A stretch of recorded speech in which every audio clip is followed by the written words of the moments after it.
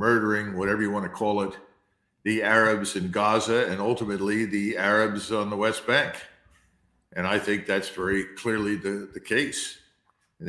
He judged, and I think for the reasons that we've discussed already, particularly his control over the Congress, his control ultimately of the White House and of U.S. foreign and defense policy, that Israel was prepared to execute this long-term strategic plan now, and this was the ideal time to do it.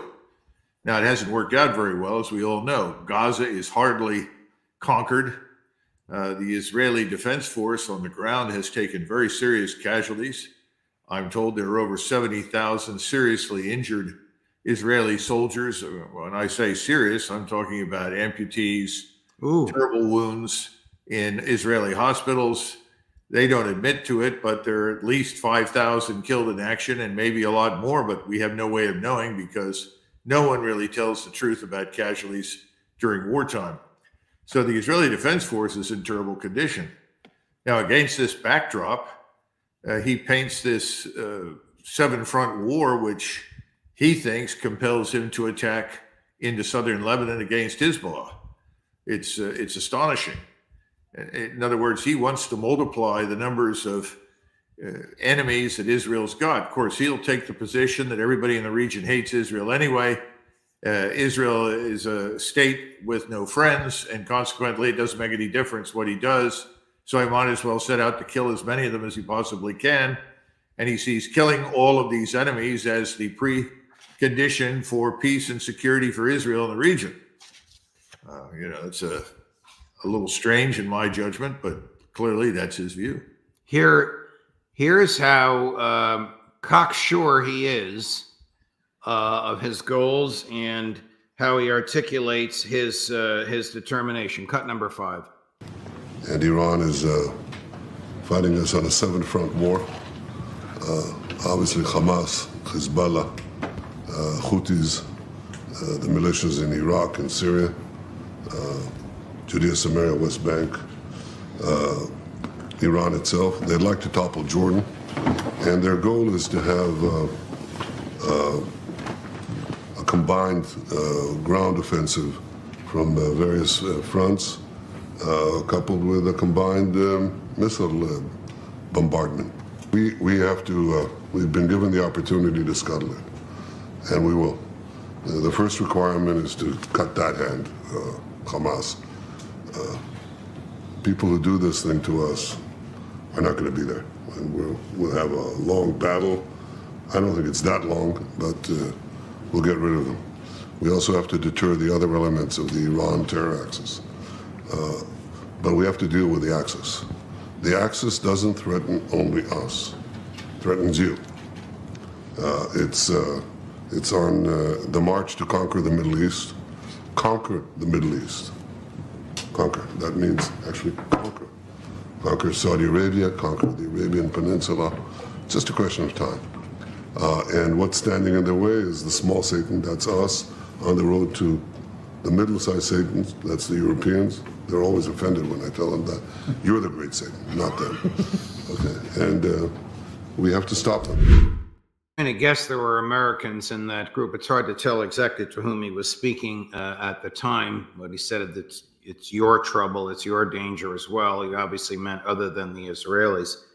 He has an IDF, which has stated publicly several times as recently as yesterday that they cannot defeat Hamas. Many observers who are not biased against Israel have concluded that he has actually been defeated in his efforts to defeat Hamas. Is there any evidence that Iran wants to conquer Saudi Arabia? Does he know what he's talking about, Colonel? No, but that doesn't matter. This is his best opportunity to ultimately drag the United States into war on behalf of Israel. And he's got enormous support. We've thoroughly demonized Iran in this country to the point where the average American hears Iran and thinks, oh, it's a terrible terrorist state committing atrocities everywhere. So he's banking on the ability to bring us into this conflict. You know, on a strategic level, one of the things that the British Empire practiced very successfully until 1914 was a strategy called economy of enemies. The British, until they were stupid enough to enter the First World War, practiced this to the point where they were able to isolate almost every major enemy they fought and build alliances. Unfortunately, Israel has no alliances and no friends and no support anymore in the region. No one, Sunni or Shia, makes no difference, is interested in helping Israel do what it's doing. So his only hope is the United States. Obviously, the British will probably tag along with us if we end up doing it. But that's his best shot, his best hope, and that's where he stands. And this notion of conquest, the only people that are judged as being embarked on conquest are the Israelis. And increasingly, the Muslims in the region have decided that Israel is waging a war against the House of Islam in an attempt to establish unambiguous Jewish military, political, economic hegemony in the Middle East. And we are committed to supporting that and establishing that condition. Sonia, can you put up the full screen, please? This was reported very recently. U.S. sends amphibious assault ship to show support for Israel amid Lebanon tensions. The U.S. has deployed an amphibious assault ship to the Middle East to demonstrate support for Israel amid soaring tensions on the Lebanon-Israeli border, according to the Associated Press. What does this mean? What is an amphibious assault ship just sitting there in the water going to accomplish? Well, you've got about 1,100 Marines that you can commit to going ashore. They are obviously not going to add very much to the force that may have to fight Hezbollah on the ground. Remember, they're also there to provide support for evacuation of U.S. and other foreign nationals that may have to get out of a particular area. They've been to Lebanon before. And they do have aircraft. They have a number of fighter aircraft and helicopters. So this is a demonstration of support by the United States. And remember, they're not alone. They're going to be accompanied by a carrier battle group. So that's a pretty substantial force. It's limited what it can do ashore on the ground, but the combination of air and naval power is pretty substantial and can do a lot of damage. And they would be there to support the Israelis and engage in attacks against Hezbollah if Israel does, in fact, attack into southern Lebanon, which I think they probably will.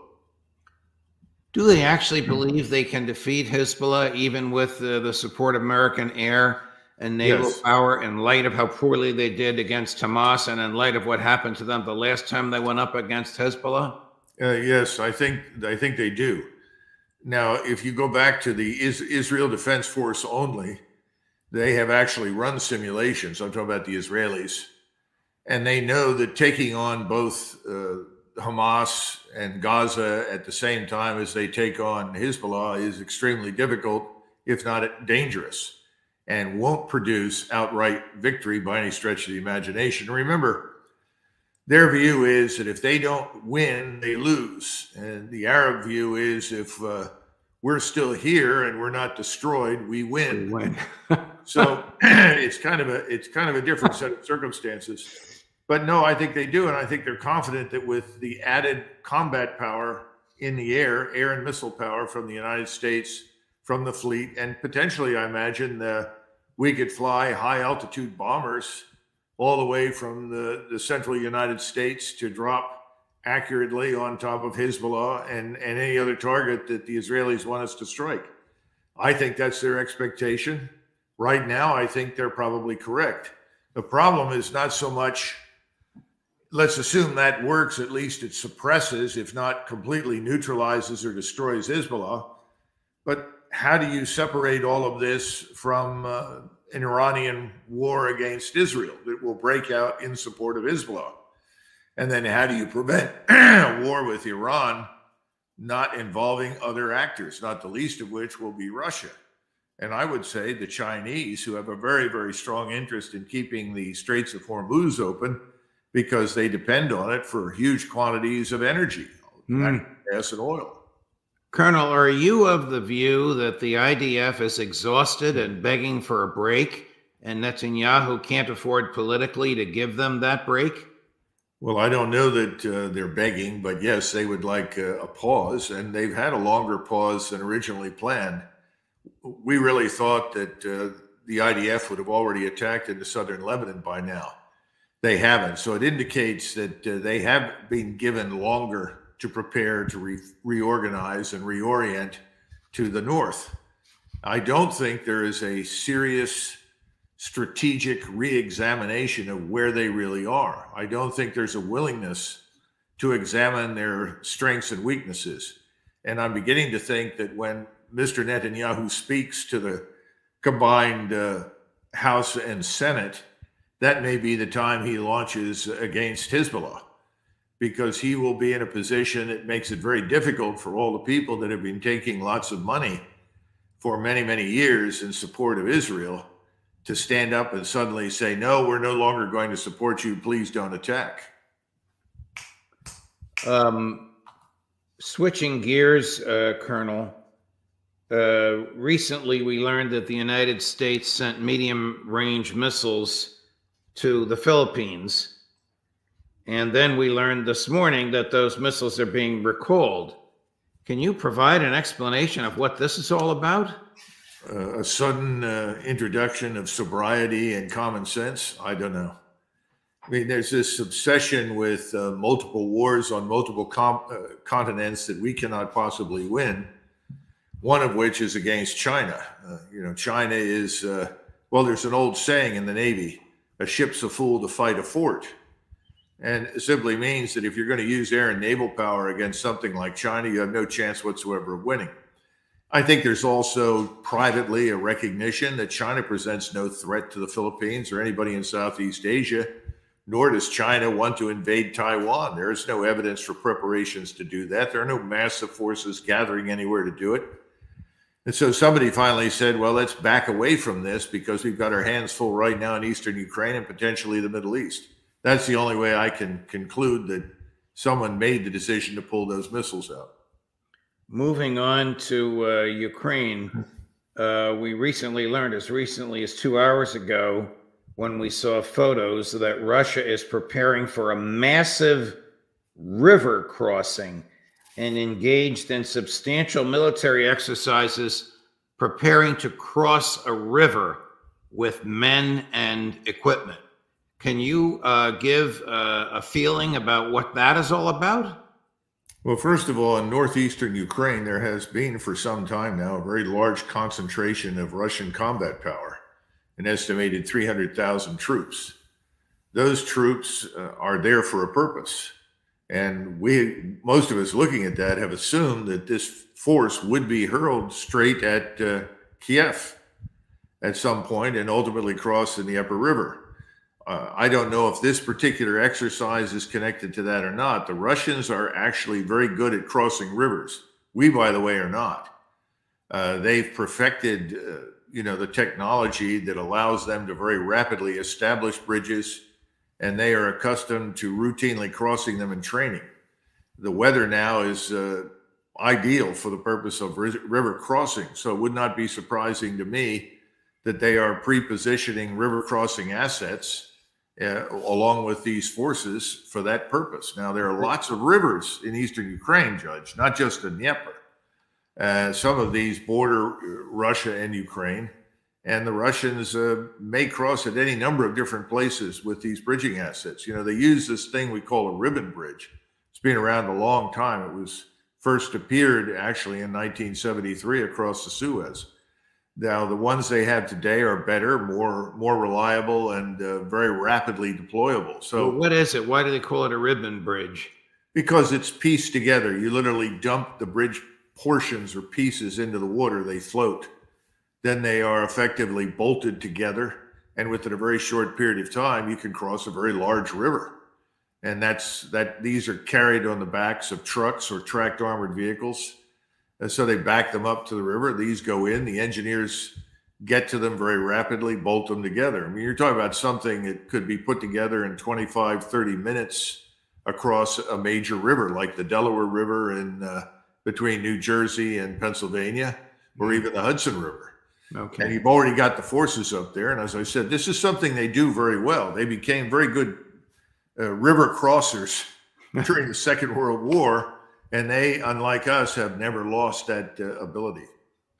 Moving up to Europe, what is your read with respect to Ukraine on the political demolition visited upon President Macron by the voters of France, and on the likely demolition visited on the conservatives tomorrow in Great Britain?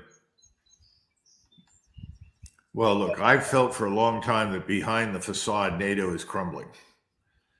In view of these recent elections, I think it's crumbling faster than ever. People are trying to look for, the proverbial lifesaver. Macron's not going to find one. His time is almost up. I think Sunak is now worried about it and should be. He's probably going to go the way of Liz Truss. And then you've got something similar in Berlin with Scholz. These governments are not going to last. They're not going to last for a few very straightforward reasons. Number one, the economies are terrible. None of these governments have an answer for the economic problems and their financial condition, much like us, by the way. And then none of these nations have populations that are chomping at the bit to march east and fight in eastern Ukraine. It just doesn't exist. Nobody wants to go. And there's a growing awareness that whatever we are today, we are not what we were 30 years ago. We do not have substantial ground forces to commit to a war, a land war in Eastern Europe or the Middle East. Our air and naval power is stretched, and we cannot pile on as we once were able to do on short notice. So I think there's a growing awareness that the world is changing, and we're about to see new governments come to power. That's going to have a huge impact, I think, in Moscow, because Moscow has exercised a lot of restraint, and I think part of that is because they recognize the utility of patience, of waiting for these governments to fall apart. You know that, and everybody knows, that Russia has thrived under these sanctions. The sanctions have done incredible damage to Germany and the rest of Europe. They haven't harmed Russia at all. And if they've done any harm, it's so modest, it's hardly worth mentioning. So Russia is now a thriving economy. It's risen to number 5 in the world. Again, no strategic analysis was ever done. No understanding of what Russia could or could not do was ever examined. Everybody realizes there is no attainable end state that is going to conceal NATO's defeat in Ukraine from public view. So I think all of these people are now conferring with each other and asking, what do we do now? Where do we go? And what is the United States going to do? I mean, clearly, President Biden is, for all intents and purposes, an empty suit. Nobody pays any attention to him. And no one is going to pay a great deal of attention to Blinken anymore. Blinken runs around and says a lot of things, none of which make any sense and don't turn out to be accurate. So everything is up now to the CIA and the Department of Defense. And I think the CIA, which has really been running things in Ukraine with the help of MI6, is trying to, postpone the Afghan-like collapse in Ukraine, at least until after the election in November. I don't think they're going to be able to do it. Will that collapse involve American participation in the replacement of President Zelensky with someone who will actually sit down and negotiate with Foreign Minister Lavrov or even President Putin himself? Yes, I think so. We may not be in a position to really be the kingmaker. Somebody else may step forward. Who knows? Maybe Syrskyi, who replaced Zelensky, will turn out to be the man that takes over and says, we've done enough, we can't do any more, we're prepared to negotiate. I don't think the Russians will be willing to talk with Zelensky. So perhaps it's Syrskyi. I don't know. There are other people in the wings that could come out of the woodwork, I suppose. But Syrskyi would probably be the one with some firepower behind him, which the others may not have. I want to read you a statement from the leader of a country which is a member of NATO. You know who it is, but I'm not going to say until you tell us when I finish the statement. The Brussels bureaucrats want this war. They see it as their own and they want to defeat Russia. They keep sending the money of the European people to Ukraine. They have shot European companies in the foot with sanctions. They have driven up inflation, and they have made making a living difficult for millions of European citizens. Viktor Orban, the president of Hungary, the most sensible person in Europe right now. Well, let's be fair. I think the world of Viktor Orban, but it's not hard to be sensible compared with the rest of these people. Right, right. He's the only one who ever accurately assessed the Russians. He was very straightforward. He said, I understand the Russians. I've lived with them. Remember, Hungary was under the Soviet boot heel for a long time. They understand the mentality and the thinking of the Russian. And he certainly understands, Mr. Putin. And he knows what Putin wants and doesn't want. He knows that Putin doesn't want a war with NATO or the United States. But he also knows that Putin is not going to accept anything less than demands that he met or made back in 2022. And he'll go back to that original agreement. Orban, of course, at the time said, this is a good agreement. We should take it. I don't know if everybody remembers that, but he did. Right. And now it's going to be whatever the Russians want. And Orban, he simply wants to get the Hungarians that are living in Ukraine out of Ukraine. In other words, he'd like to redraw the map and incorporate the Hungarian territory that is ended up as a result of World War II in the Soviet Union and is now inside Ukraine back to Hungary. That's about it. Otherwise, he wants to stay as far away from this ridiculous war in eastern Ukraine as he can get because he knows it's a loser. He also knows the true state of European forces. These Europeans aren't ready for a real war. I mean, our armed forces certainly aren't. The U.S. Army isn't.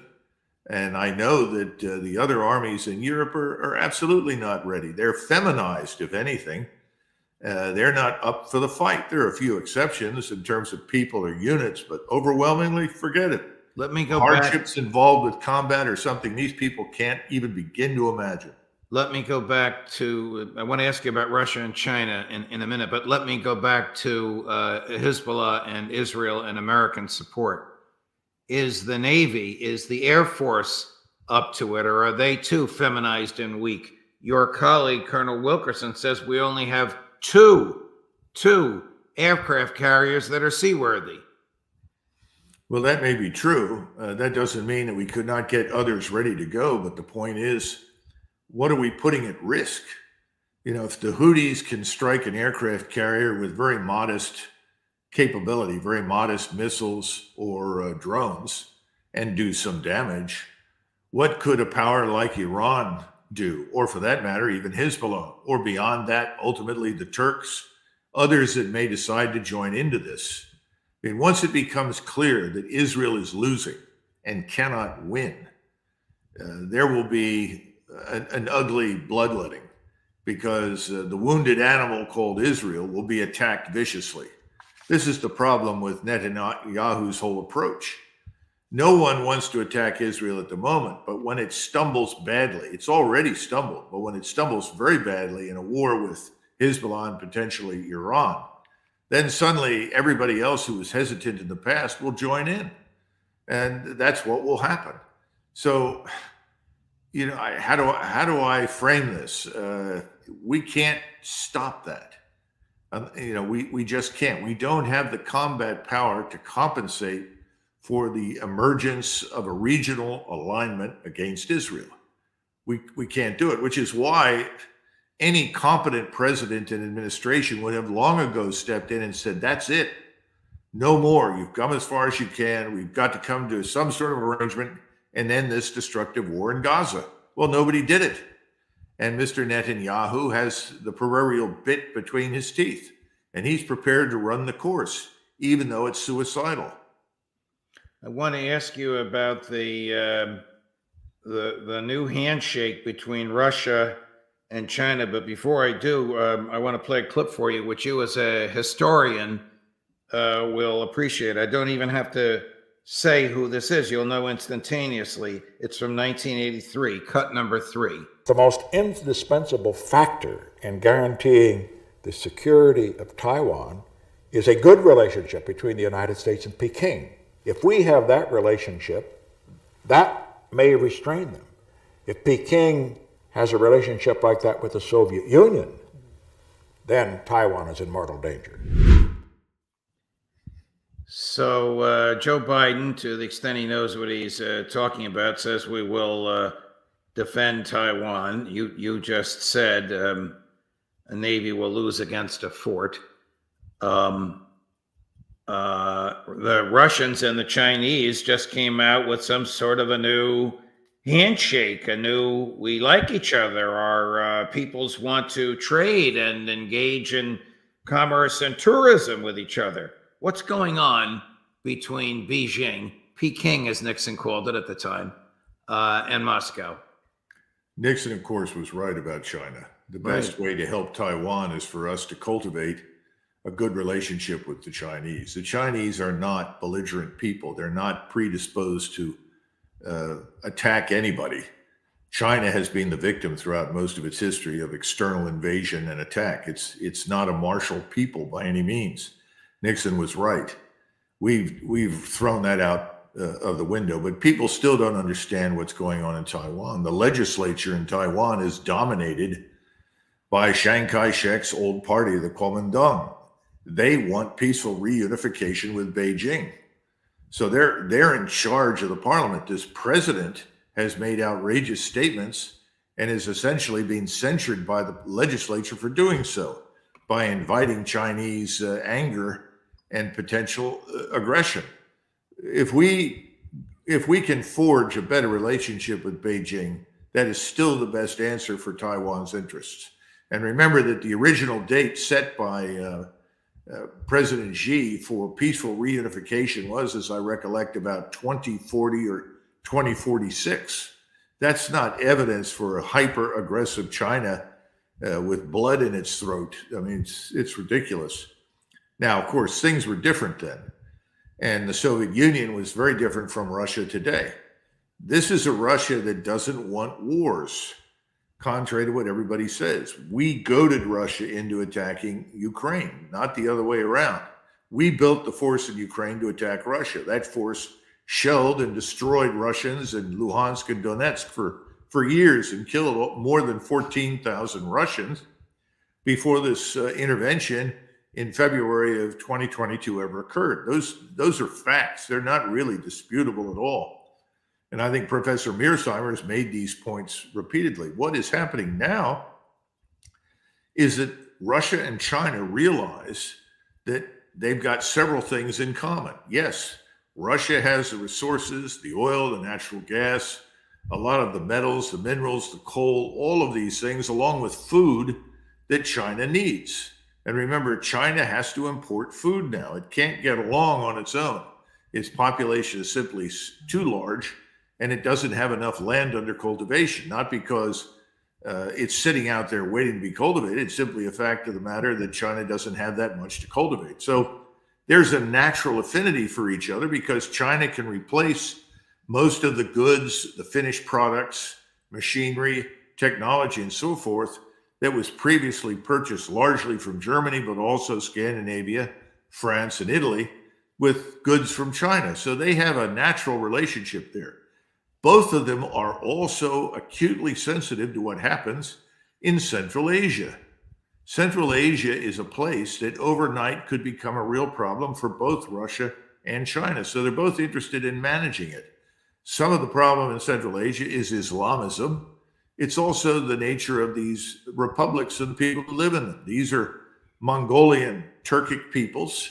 And if anybody bothers to reflect on the history of China in particular, but also Russia, the Mongolian armies, which were always at least half Turkic or Tartar, conquered both China and Russia and ruled both states for centuries, many, many times.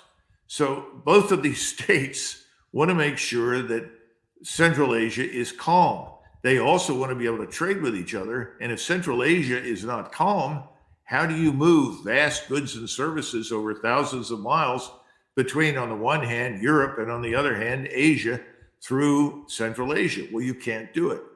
Now, what I sent to you, and I think some of these points are worth reeling off, to be frank, is that the biggest emphasis in cooperation between Russia and China is not only recognition of what I just said, but what is stressed over and over and over again is mutual respect. Yes. And respect for each other's interests. All right, look at the language they used. Eternal friendship, legitimate rights and interests, equality, mutual respect. We are experiencing the best period in our history. China has a history that goes back 3,000 years. Russia 1,000. They're saying this is the best time in history. This cooperation between Russia and China is not directed against anyone. Forgive me for reading this, Colonel. Yeah, absolutely. We are simply acting in the interests of our people. The SCO, the Shanghai Cooperation Organization, which is meeting as we speak, is one of the key pillars of a fair, multipolar world order. P.S. It's going to ally with BRICS, and we're going to tell the Americans and their U.S. dollar, go take a hike. Well, they're telling us to take a hike because we've pushed them to tell us to take a hike. Right. You know, this is not something, they didn't all wake up and say we're hostile to America. That's a lot of nonsense. In other words, this stupid comment by W, they hate us because we're free, you know, that kind of nonsense. That's all bull. That was never the case. They just are tired of trying to do business with us and watch us spit in their faces. And that's certainly true for Moscow. We've spit in Putin's face repeatedly. And Xi has now experienced something very similar to it. They thought when Trump was in office, there was a potential for the kind of relationship described in that document from which you read. They turned out to be wrong. And they see absolutely no evidence that if Trump is elected, anything will change. If for no other reason, because they see a lot of the same people with Trump today who were there during the last administration, who did everything they could to promote hostility and aggression against China and Russia. So that's a great document because it's something that we ought to adopt, but we don't seem to understand that it's in our interest to have peace abroad and prosperity at home. For reasons that aren't clear to me, because I think that's what Americans want. We are still controlled by the neocon mentality, which has its battering ram against Russia and Ukraine failing miserably. I don't know what their battering ram is against China, but I would imagine the Lindsey Grahams and Victoria Nulands are not happy about this Vladimir Putin, President Xi handshake meeting at SCO this morning. Well, you know, one other thing that I would mention in disconnection is Japan. Because the Japanese and the Russians are coming to all sorts of mutually beneficial agreements in the North Pacific. This involves fishing rights, it involves joint exploitation of mineral deposits, a whole range of things, despite the fact that Japan, that is Tokyo and Moscow, still are unhappy with the current ending of the Second World War. The Japanese would like to regain control of the islands that were taken from them up north. But despite that, and despite the militarization of those islands by the Russians, the Japanese are actually doing a land office business with Russia. And one of the things that's kind of interesting, we don't pay much attention to it, but the Chinese in particular are desperate for coal. And the Japanese are brokers for moving coal from North America into China. Gee. What an amazing development. So we sell it to them, they turn it around and send it to China. China is building dozens of new power plants all over the country. And they don't have the kind of road infrastructure that we do. And they don't have the infrastructure for natural gas that we have or Europe has. But they do have railroads. And the rail lines are very convenient for the delivery of coal. So they can move the coal to areas that need power and power generation and fuel these plants. Now, I'm just pointing these kinds of things out because they're also buying coal from Russia.